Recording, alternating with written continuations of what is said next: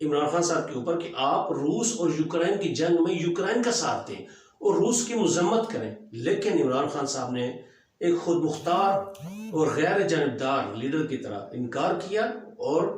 کہا کہ ہم ایسا نہیں کر سکتے، کیونکہ ناظرین ہمارے مفاد روس کے ساتھ جڑے ہوئے ہیں، اس لیے عمران خان صاحب نے نہیں کیا۔ اور اس کے بعد جو دورہ کیا، جو مین ریزن بنی، جو دورہ کیا عمران خان صاحب نے روس کا، وہ امریکہ کو کسی آنکھ بھی نہیں بھایا۔ ناظرین اس میں ایک بات اور بتاتا چلوں آپ کو کہ یہ دورہ جو تھا یہ پورے ملک کے ادارے اور گورنمنٹ کا ایک مشترکہ فیصلہ تھا، لیکن آپ دیکھیں کہ جس بندے ڈونلڈ لو نے دھمکی دی پاکستان کو، اس نے کہا کہ یہ دورہ عمران خان صاحب کا عمران خان صاحب کی ذاتی مرضی سے تھا، اس کے پیچھے کوئی ادارہ ان کے ساتھ نہیں تھا۔ ناظرین یہاں یہ بات سوچنے والی ہے کہ اس بندے کو کس نے بتایا کہ یہ عمران خان صاحب کا ذاتی فیصلہ تھا؟ حالانکہ جب عمران خان صاحب گئے اور واپس آئے تو پورے اداروں نے یہی شو کیا، یہ ثبوت دیے کہ ان کے ساتھ کھڑے ہیں اس پورے اس دورے میں، لیکن ناظرین بدقسمتی دیکھیے انہی میں سے کچھ لوگ تھے، اب ہم تو یہی کہہ سکتے ہیں کہ جنہوں نے وہاں تک پیغام پہنچایا کہ عمران خان ہماری بات نہیں مانتا۔ ایک بات اور بھی ہے ناظرین، 23 مارچ کی جو پریڈ تھی، میں نام نہیں لیتا کسی بھی ادارے کا، وہاں پہ کسی ایک ادارے کے سربراہ کو کسی نے پوچھا، عمران خان صاحب کے بارے میں سوال کیا، تو انہوں نے آگے سے یہی جواب دیا کہ آپ عمران خان صاحب کو نہیں جانتے، مطلب کہ وہ ہماری بات نہیں مانتا۔ تو یہ تو کھل کر بات سامنے آ گئی۔ اس کے آگے چل ناظرین، جب یہ لیٹر کی بات ہوئی، عمران خان صاحب نے سپریم کورٹ کو کہا کہ آپ ہمارا یہ لیٹر دیکھ لیں، اس کے بعد آپ کوئی فیصلہ کریں، کیونکہ جب قاسم سوری جو ڈپٹی اسپیکر تھے ان کی رولنگ کے خلاف سماعت ہو رہی تھی، تو وجہ یہی تھی، وہ سماعت اسی بات پہ ہو رہی تھی کہ ڈپٹی اسپیکر قاسم سوری نے وہ اسٹیٹمنٹ کیوں، وہ رولنگ کیوں دی ہے، تو اس کی جو پیچھے وجوہات تھی وہ یہ لیٹر تھا، لیکن معزز سپریم کورٹ نے وہ لیٹر سننے سے انکار کر دیا، کوئی ثبوت نہیں دیکھا، لیکن فیصلہ اسی کی بنیاد پہ دیا، اسی وجہ سے دیا کہ ان کا جو رولنگ ہے یہ بالکل غیر آئینی ہے، اس کا کوئی وجود نہیں ہے،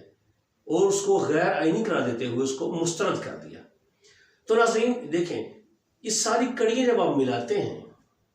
تو پھر اس کے بعد آخر میں دیکھیں بڑی اہم بات، آج کا دن 9 تاریخ قومی اسمبلی میں بلاول بھٹو تقریر کرتے ہوئے یہ کہتا ہے کہ اگر ہم چاہتے تو عمران خان کو عدالت کے ذریعے نااہل کروا سکتے تھے، یا پھر اگر ہم چاہتے تو گیٹ نمبر 4 یعنی کہ فوج کے ذریعے اس کو نکلوا سکتے تھے، لیکن ہم نے تحریک عدم اعتماد کا راستہ اختیار کیا۔ ناظرین وہ بندہ کیسے اتنے اعتماد سے یہ بات کر سکتا ہے کہ اس کے پاس یہ تینوں آپشن تھے؟ اس سے 2 باتیں ناظرین سامنے آتی ہیں۔ ایک بات تو یہ کہ یہ ادارے ان کے ساتھ تھے، یہ ادارے ان کے ساتھ تھے، اپوزیشن کے ساتھ تھے، یا مکمل حمایت تھی اداروں کی اپوزیشن کو۔ یہ بات اب ڈھکی چھپی نہیں رہ گئی۔ دوسری بات دیکھیں، اینڈ پہ جو آج جب وزیر اعظم صاحب رخصت ہوئے پرائم منسٹر ہاؤس سے اپنے بنی گالہ میں، اس سے 1 گھنٹہ پہلے کیا ہوتا رہا؟ اسپیکر قومی اسمبلی کے اسد کیسر صاحب نے کلیئر انکار کر دیا کہ میں عمران خان صاحب کے ساتھ اپنے لیڈر کے خلاف یہاں پہ قومی اسمبلی میں تحریک عدم اعتماد پر ووٹنگ نہیں کراؤں گا۔ جب انکار کر دیا گیا، اس کے بعد پھر جب آپ نے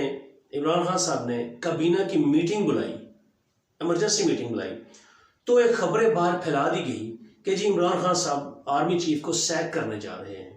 یہ جھوٹی خبر پھیلائی گئی، حالانکہ ان کا کوئی ایسا پروگرام نہیں تھا، وہ بہت دفعہ کہہ چکے ہیں ان کا ایسا کوئی پروگرام نہیں تھا، لیکن بات پھیلا دی گئی، اور جو ادارے سن رہے تھے اس بات کو،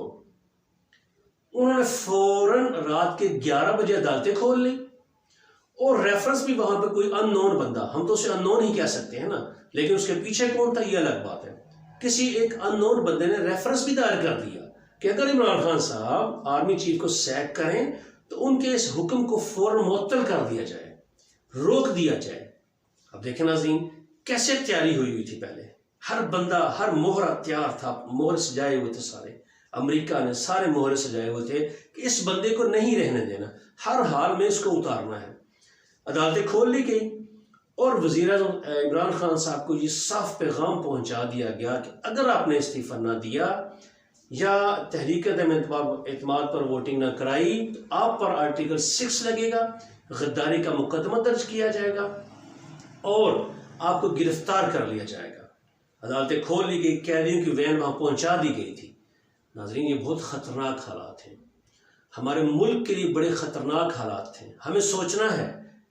کہ اب ہم نے اس ملک کو کیسے چلانا ہے، کیونکہ وہ لیڈر تو نہیں رہا جو سب کے سامنے ڈٹ کے بات کرتا تھا اس ملک کی، اس ملک کے عوام کی۔ وہ لیڈر چلا گیا ہے، لیکن نہیں، ہمیں گھبرانا نہیں، دل چھوٹا نہیں کرنا۔ اللہ تعالیٰ اس کو لمبی زندگی عطا کرے، وہ دوبارہ آئے گا، عوام اس کے ساتھ ہے، اور اب ہم نے ڈٹ کر اس کا ساتھ دینا ہے، اس کی آواز پر لبیک کہنا ہے۔ وہ بڑا بہادر اور نڈر لیڈر ہے، وہ ہمت ہارنے والوں میں سے نہیں ہے۔ اور سب سے اہم بات، اس آدمی کے دل میں اس وطن کی محبت ہے، اس عوام کی محبت ہے، ورنہ ذاتی مفاد تو اس کا کوئی بھی نہیں تھا۔ اس نے کوئی فیکٹری نہیں لگائی، کوئی موٹر وے میں کرپشن نہیں کی، کوئی میگا پروجیکٹ شروع نہیں کی تھی جن میں کرپشن کی جا سکے۔ میگا پروجیکٹ شروع کیے، ڈیم بنائے، لیکن ایسا کوئی پروجیکٹ نہیں شروع کیا جس میں وہ میگا کرپشن کر سکے۔ تو ایسا لیڈر صدیوں بعد پیدا ہوتا ہے، تو ہمیں اس کی قدر کرنی ہے، اس کا ساتھ دینا ہے، ہر مشکل میں اس کے ساتھ کھڑا ہونا ہے۔ لیکن یہ چند ماہ جو ہمیں گزارنے پڑیں گے، یہ بہت ہی نازک ہیں، بہت ہی نازک ہیں۔ میں نے اپنی دوسری ویڈیو میں سارا بتا دیا ہے کہ اس نے یہ اب جو گورنمنٹ آئی ہے، یہ سب سے پہلے کون سے 5 کام کرنے والی ہے جس کی وجہ سے اس کی مرضی اور منشا پوری ہو جائے گی۔ اور یہی 5 کام تھے جن کی وجہ سے یا جن کو پورا کرنے کے لیے شہباز شریف صاحب بڑے بے چین تھے کہ ان کو حکومت ملے اور وہ یہ 5 کام کریں